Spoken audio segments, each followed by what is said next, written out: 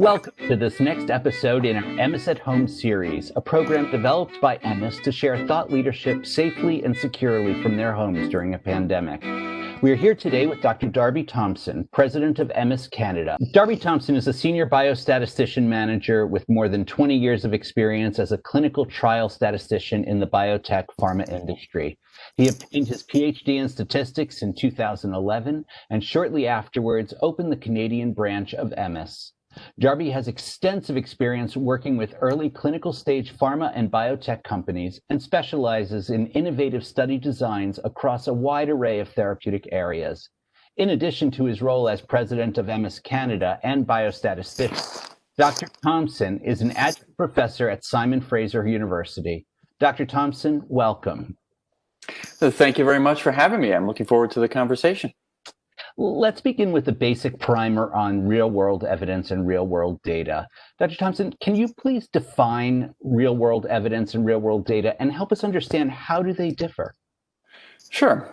Real-world data is, well, with respect to the FDA definition, is really loosely defined, and they really specify it as literally anything that hasn't come from a clinical trial or isn't collected in the way that you would typically collect data to support a marketing application. There's obviously lots of other connotations and implications out in the wild, but with respect to clinical research and clinical product development, that's the key element. It's data that's not from a clinical trial and data that's collected routinely in the typical care of a subject or a patient. So that would include things like electronic health or medical records, billing data, and into the 21st century, patient-reported data, wearables, or the more classical, any other ongoing surveillance or registries or observational studies. Essentially, the way the FDA defines it, it's all those areas that you wouldn't necessarily be collecting data in a clinical trial. Now, the difference going to real-world evidence is really, evidence is just pertaining to the conclusions and the evidence derived from the real-world data. That's going to include things like quantifying a drug effectiveness.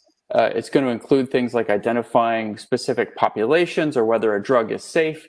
All of those things that you can pull and derive from the data that you might have collected outside of a clinical trial. Okay, that's great. Thank you. And in your experience, how do you see real-world data being applied most often in clinical research? And what phase of research do you find it most useful? Well, I think as we're moving forward and really grappling with what real-world data means and how it's used by the agency and the other stakeholders, it's everywhere. When we think of patient-reported outcomes, those are really becoming a critical element of FDA endpoints. If you look at some specific diseases and neurological diseases where you have migraine or epilepsy or other things that patients experience, Crohn's disease, women's health, they require reporting by the subject as a regulatory endpoint for approval. So they have a massive impact on late stage trials. And that technically is, even you're collecting it under the context of a trial, you are collecting the patient's experience in their real life.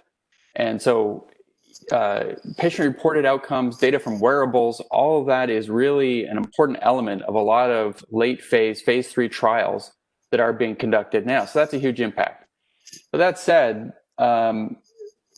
real-world data is finding its way importantly into other elements of the product development landscape in mid-stage, early-stage trials, phase 2, phase 1.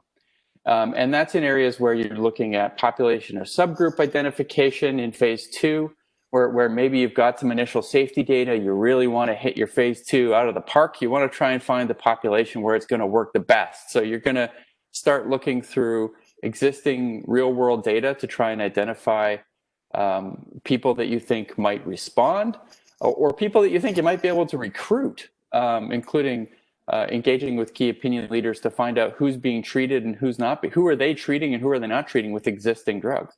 Looking for biomarkers, looking for predictors of response. Those are all ways that the classical real-world data, EHRs, EMRs, all of those elements can influence the design of your mid-stage trial across the board, across all sorts of indications and products.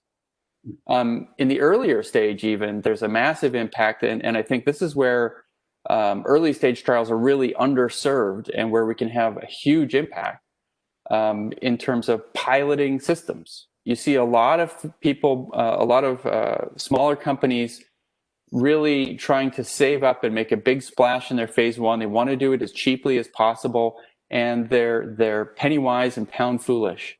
You see, because a lot of phase ones or phase 1Bs, phase 1/2s, piloting the data, piloting the collection, piloting the product that's never been in people before, if that's possible in a registry, if that's possible to collect information from registries, to identify populations, or at least engaging key opinion leaders to collect data on the basis of a registry, or to get survey data, to get patient-reported outcome information, even before you start phase one, can have a massive savings on efficiently planning your early stage studies to go into the clinic as effectively as possible. I think the last thing I want to mention was like rare diseases is where most people think of real world data really having an impact, because you can't recruit patients. So people look at using external data as a external control arm to the trial. You don't need to randomize people in a rare disease to receive nothing. You can use patient-reported outcomes to access populations anywhere in the world, potentially, rather than just near your key opinion leaders when you only have 200 people in the United States or in North America that might have the disease. It's best to be able to try and collect that data directly from them. But I think those ideas from rare disease really have strong implications for all other diseases. If you find me an indication that can recruit like that, then you win. But most of the studies I've been involved with, the number one challenge is recruitment.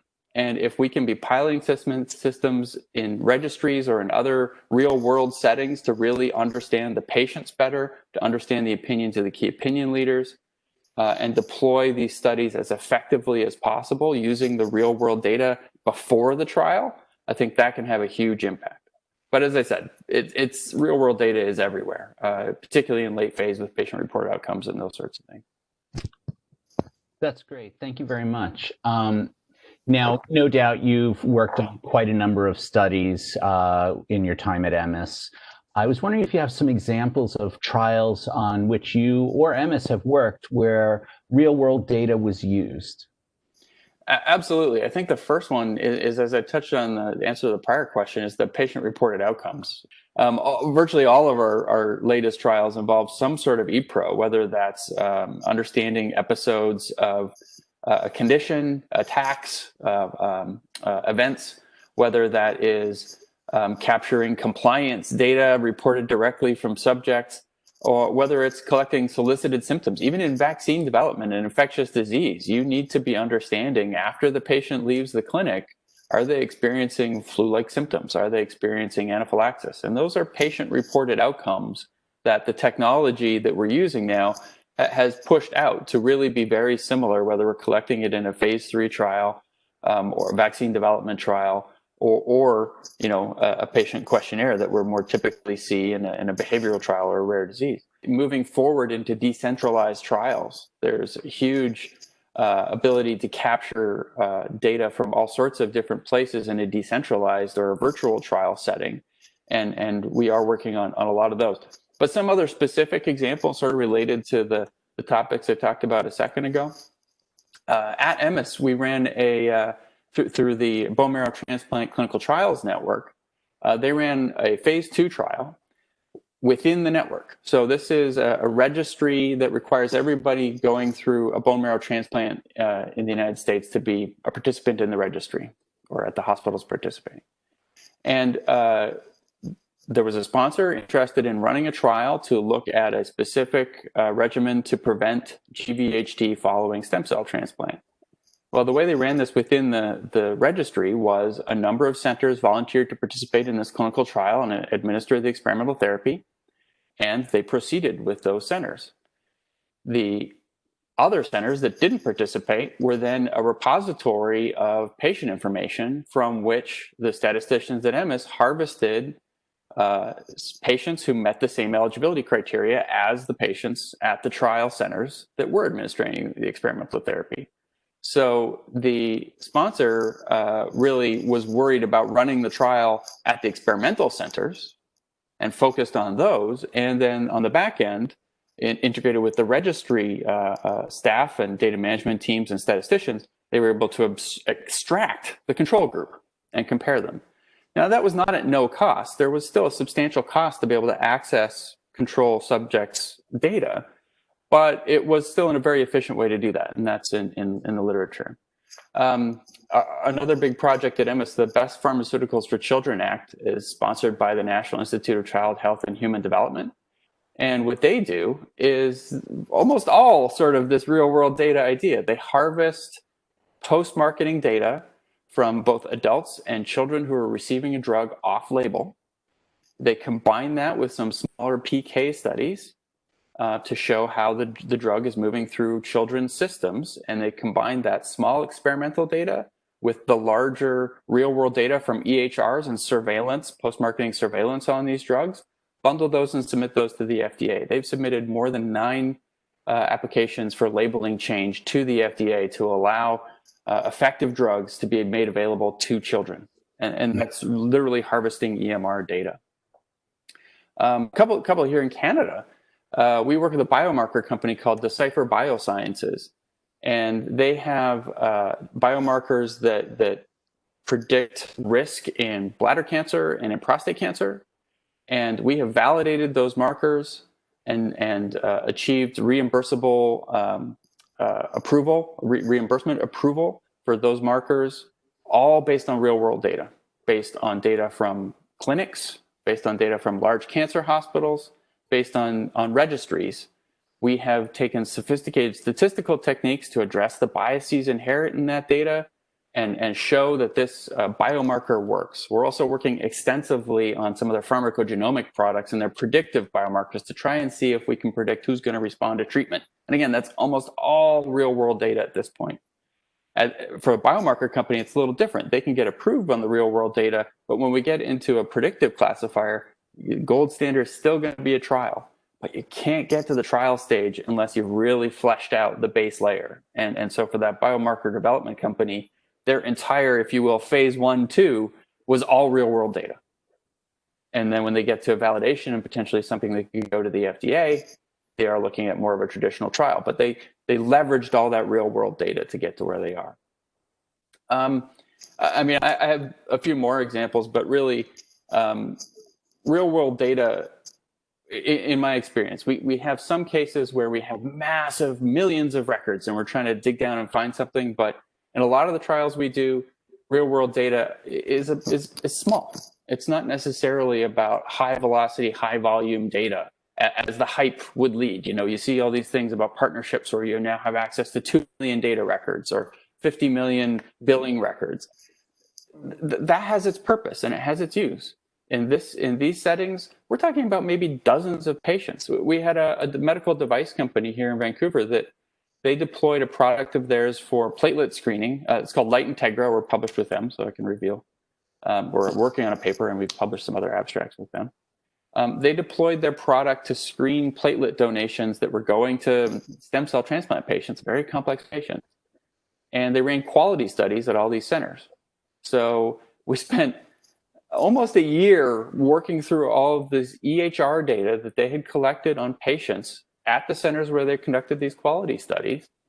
And we have been able to show massive impact of the screening capabilities of their device to reduce morbidity, to reduce the number of transplants people receive. And that sounds big. We're talking about 5 hospitals, and when we distill it all down, we're talking about 400 or 500 patients. And we're able to demonstrate these sort of effects. Same with the biomarker company. That's hundreds of patients. They've grown it out into a large commercial repository now where we're applying the same things. But we can use, even in rare diseases, historical controls, registries. We're talking about dozens of patients. Real world data doesn't mean huge. Real world data means hard, is what it means. It means that there's other things we have to account for. But the really interesting thing to me is as we push real world data down the development chain, we're getting, we can get smaller and still have massive impact on how we can develop products. And it's really about looking for non-traditional data. what data is out there that we can leverage, right? It doesn't have to be a clinical trial that gives us information. Are there any limitations or restrictions on the types of real world data you can pull from other trials and apply to the clinical trial that you're working on? Well, that's a really interesting question. There aren't restrictions. There are really no restrictions per se on where you can get real world data from. What the FDA and statisticians recognize is that there are limits on the conclusions you can derive from the data, depending on where it's collected. I have a favorite quote from an excellent statistician named Andrew Gelman. And he says, the most important aspect of statistical analysis isn't what you do with the data, it's what data you use. And that really is cuts to the core of this issue. There's data everywhere now. It's the data you use to support a conclusion doesn't always match. And that's where you need the attention of statisticians rather than necessarily data scientists or really smart programmers, really smart machine learning or AI folks. They dealing with the data, creating models for the data. The statisticians and the folks at Emmes that do what we deal with generalization. We deal with understanding bias, understanding inference. And that's where we get to understand how the data that we're accumulating, what questions can we really answer? So like ePro data serves its purpose. We understand the experience of the patient. Electronic medical record data serves its purpose. We can get an idea of what's going on in the population, but to use it straight up, we don't understand the treatment decisions that were made to give particular treatment courses to particular patients. And we have to understand the influence of that bias in order to use the data properly. So there's no limit. Real world data can come from anywhere, but what we can do with it is constrained by the nature of its collection. So switching gears slightly, and you've touched on this a little bit in your last response, but from the point of view of an expert statistician, what recommendations do you have to other statisticians who want to work with real world data in their study design? The first thing, and it's part of why I'm glad I work at Emmes, is find other statisticians you can trust and that you can talk to about dealing with it. Because the pressure on statisticians is always very high. The people that obtain real world data that are decision makers and that they think they understand the hype around real world data don't necessarily understand its challenges. And so the statisticians often need advice of other statisticians to say, hey, is this kosher? Am I making a valid conclusion here? Another fellow that I followed on Twitter and heard speak and really like his papers, a fellow named Miguel Hernan, is very deep into causal data analysis, which is wrapped up in this whole idea. And he basically says that, the hype, which everybody collecting and making deals for real world data, the hype is that algorithms and millions of data points will yield answers to any question you have. But the real truth is that the volume and the methods do not guarantee accuracy. They don't guarantee that you'll yield the truth to the questions you want. To answer your question, to statisticians that are going to be using real world data, I think the first thing is, depending on the nature of the data, you need a really good data management team, potentially data scientists, involved with you to help get it to the point where it's analyzable. Like I said, the Light Integra data set that was only 4 hospitals, so you ended up getting 400 patients out of it. It still took us months to get that cleaned up to the point where we could analyze it. We needed people that understand the nature of the EHR systems from where the data is coming. We need people that understand the nature of the clinic that yields the data so we can understand how to use it properly. Here in British Columbia, we're very lucky we have a public healthcare system, which means that every interaction everybody has with the healthcare system lives in data at the Ministry of Health. And we have worked with that data. It's millions and millions and millions of records. We actually also published a paper last year looking at the effectiveness of the flu vaccine. It was timely. And we had employee absentee data, and we had data from the medical system.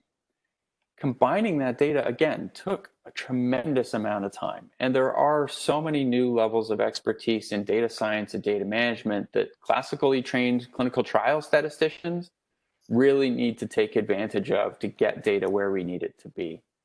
And I think that's an important distinction, is that classical clinical trial statisticians tend to poo-poo real-world data. And I don't think that's fair. I think we just have to acknowledge its role and pull out some of the new heavy guns, pull out some of the new techniques that there are to be able to analyze that data. I think the statisticians are critical in tempering the conclusions that you're going to derive, but there's a lot of other expertise out there in creating a team to deal with real world data that any statistician entering into this has to take advantage of. That's great. And something you mentioned about the value of the data you choose as well as the tools you use to analyze it. It makes me wonder, is there a shelf life to the data that you use, that you're incorporating it into a trial, you're making certain conclusions based on that, but the real world is in a constant state of dynamic change? So how long does the data stay valid? Absolutely, and there is a lifetime to data, and in fact, the FDA. So part of what I'm referring to when I say the FDA is as part of the 21st Century Cures Act. A mission of the FDA was to determine how real-world data can be incorporated to help change indications, change dosing, or accelerate the product approval process.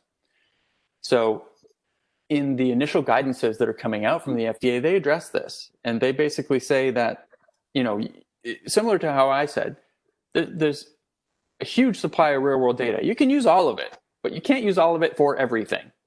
And one of the things they say is if you're looking at something like, say, a contemporaneous control group, or external comparator group, or even a population selection tool, it must be as close to contemporaneous as possible.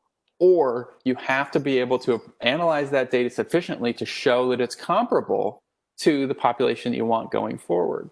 And depending on the disease area you're in, I mean, think of like Crohn's disease, for example. If you take Crohn's disease from 10 years ago, it's the real world data you might have collected from EHRs or even ePros from 10 years ago is not going to look anything like it does in the last few years with the new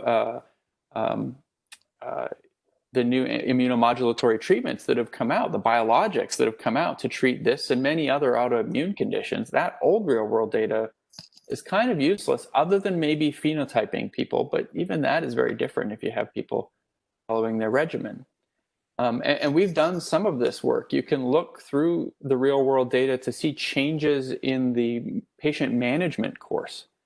And so you can see that more recent data, patients are very different even than they were 5 or 10 years ago. It depends on the field. Cancer is going to be very different. But if you even look at breast cancer before they identified the HER2, you're going to see treatment differences in survival very differently then than now. So it's very context dependent, and you can use bits and pieces of it, but you have to acknowledge, again, the generalizability. The data you're selecting might not apply to the future going forward, or at least if you think it does, you're going to have to justify how.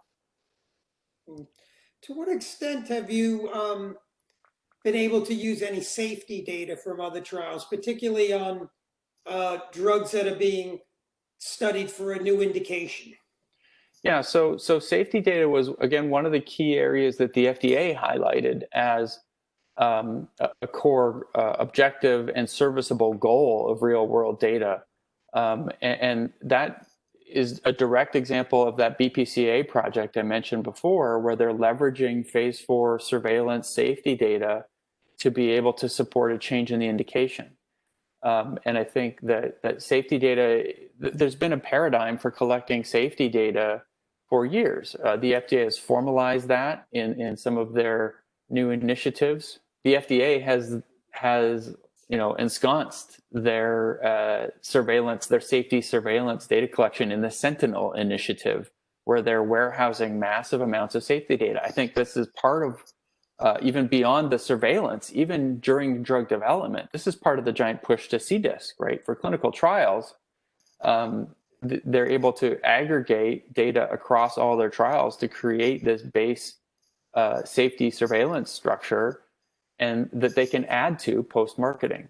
And I think that will enable better integration of future applications when they can look back across this massive repository. You've spoken to the major benefits of using real-world data in clinical studies, and you've mentioned a number of the challenges. I'm wondering, has anything been missed? Are there other major challenges that you face in designing studies using real-world data, and are there regulatory concerns that we haven't yet addressed that provide additional challenges in setting up studies and executing them?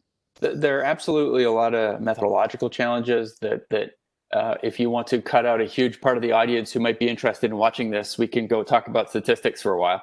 But there's some major methodological issues with how to deal with the data and how to properly conduct inference, get p-values, get meaningful estimates out. These are open questions to deal with. I think the element that is little understood, because the agency doesn't fully understand it yet anyway. They've had 2 guidances on using real world data in regulatory applications. And interestingly, they've said they've defined real world data as anything that's not data from a clinical trial. But then they also, the theme that I've mentioned before, you need to carefully pick the conclusions that you can derive from the data. Okay, so those 2 we'll take. The third is that there's still a fitness test. That even though real world data is everywhere and we can reuse it all in one way or another, they still say that 21 CFR 312, that's basically the new drug the investigational new drug application regulations. So everything that would cover you that you're doing under an IND study, as well as the 2 regulations covering consent and protection of human subjects, those still apply. Even if you're collecting and using real world data, EHRs, ePros, billing data, those regulations may still apply, which means essentially that you have to basically show that you have collected the data ethically, that when necessary, you've disclosed your use of it to the individuals who are contributing it, or that there's some other mechanism to protect their confidentiality and right to privacy. So the FDA has said, well, you can access any data you want. You can make lots of different conclusions. It can impact your trial in many ways. But we may still choose to apply a data standard to anything that smells fishy, including to the point where they reserve the right to audit it. So that might mean that if you are submitting a proposal to the agency where you have used a historical or contemporaneous external control group, they reserve the right to look at the data you've submitted and compare it to the source material at the center or the virtual center or wherever the warehouse for that was. They can go look at the EMRs and make sure that it's reflective of the data that you've presented. So that's sort of underserved. We look at the real world data and think of all this fancy stuff we can do, but we have to acknowledge that when you submit it to the agency, it's subject to the same level of inspection as clinical trial data. The other element is that we think of real world data as sort of accumulating, right? And we just grab it when we can. But the other requirement for anything that you want to be submitting to support your product development has to still be accompanied by a prospectively defined analysis plan. Now, we're used to that in the context of a trial, like before we enroll the patient, or before we unblind, I should say, we have to have the analysis plan finalized. We have to have submitted it to the agency. They have to say it's okay for later phase trials. Or at the very least, in early stage, we have to have the analysis fleshed out in the protocol. And we can't just add on other analyses after we've seen the data. And that principle actually applies to real world data as well. I think it's important to be able to look at the data and understand the nature of it.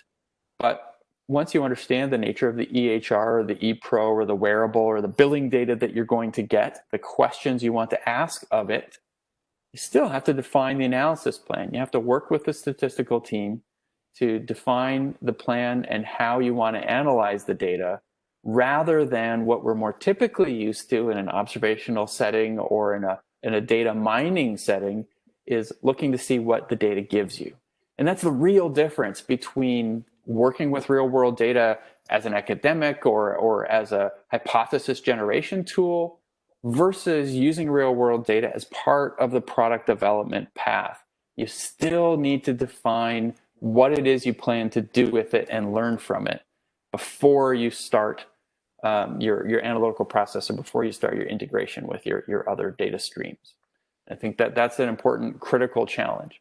I think the final one is the one I touched on before is, and we see this with our clients a lot of the time, the real world data comes cheaper. It's not zero cost, but it usually comes cheaper than collecting data in a clinical trial setting. But you're not done there. And dealing with the real world data, creating the team that can deal with the data manipulation, the data cleaning, the understanding the data, and doing the proper analysis is frankly more intensive than the original data. I'd like you to be our crystal ball moving forward. Where do you see clinical research evolving in the future in terms of integrating real world data into studies? What do you see as next on the horizon? Well, you know what? I think that we're partly there. I think that we are just on the verge of acknowledging how much of the data we're collecting truly is not data that would have been collected in a clinical trial 10 years ago, even 5 years ago. When we're looking at decentralized trials, virtual trials, which potentially post-pandemic, it's possible that we may be having a population shift away from cities, or at least that it's going to be higher risk potentially to having a number of people sitting in a waiting room for 3 hours. There's going to be scenarios where we're not going to have centralized physical access to people in the same way that we always have. And that's where I think the real world data that is collected through telemedicine, that is collected through patient reported outcomes and wearables, when people are able to have their computer in their pocket every minute of every day and provide us information on their behaviors, their condition, their impression of their own health. I think that we'll be able to acquire and accumulate that data in an incredibly, in a way that we can't foresee even right now. The volume of data will be unimaginable. The key is our brains have to catch up to that paradigm, right? The system and the infrastructure is basically there. We have to figure out how to run the trial in that setting. Okay, so Dr. Thompson, are there regulatory hurdles to getting FDA, EMA, and other regulatory bodies to approve trials that use real-world data? Yes and no. I think that the first thing is that you have to know that sponsors or other stakeholders have to know is that both the FDA and the EMA are eager to see this data. They're eager to see it incorporated. They're interested in seeing these things move as quickly as possible. It makes everybody's job easier. So, and you can tell that by the guidance documents that have come out. They are asking for sponsors and other experts to be submitting data, to be thinking about how to integrate these these sorts of data into the trial design, into the subject selection process, into the data capture processes. They can't write the regulations thoroughly because they haven't seen that many applications yet. So if you read them carefully, they literally are asking you to submit things in a thoughtful way. And that's why it's important to have expertise on your team. But some of the specific challenges that you can expect to go forward is that when you go in with a trial design that might be incorporating real world data, you have to be incorporating it in a way that your conclusions are supported by the results. And that's explicit in the real world evidence framework from the FDA. You have to specifically define objectives for real world data. You have to specifically justify why the data that you're submitting is suitable for those questions. The FDA gives you some outlines on what are specific capabilities of claims data versus EHR versus wearables versus patient-reported outcomes. Phase 3 trials, for example, patient-reported outcomes are required. Phase 3 trials, you can't take claims data as a external control, and there are some things like that that are strongly implied by the guidance, and some that will be obvious when you get an expert statistical team. The other challenge is that 21 CFR 312 applies, that there are standards for data. They have to be formatted in a reasonable way. You have to have justified the quality of the data and explained why the quality is sufficient to achieve the goals. This is sort of the data fitness assessment.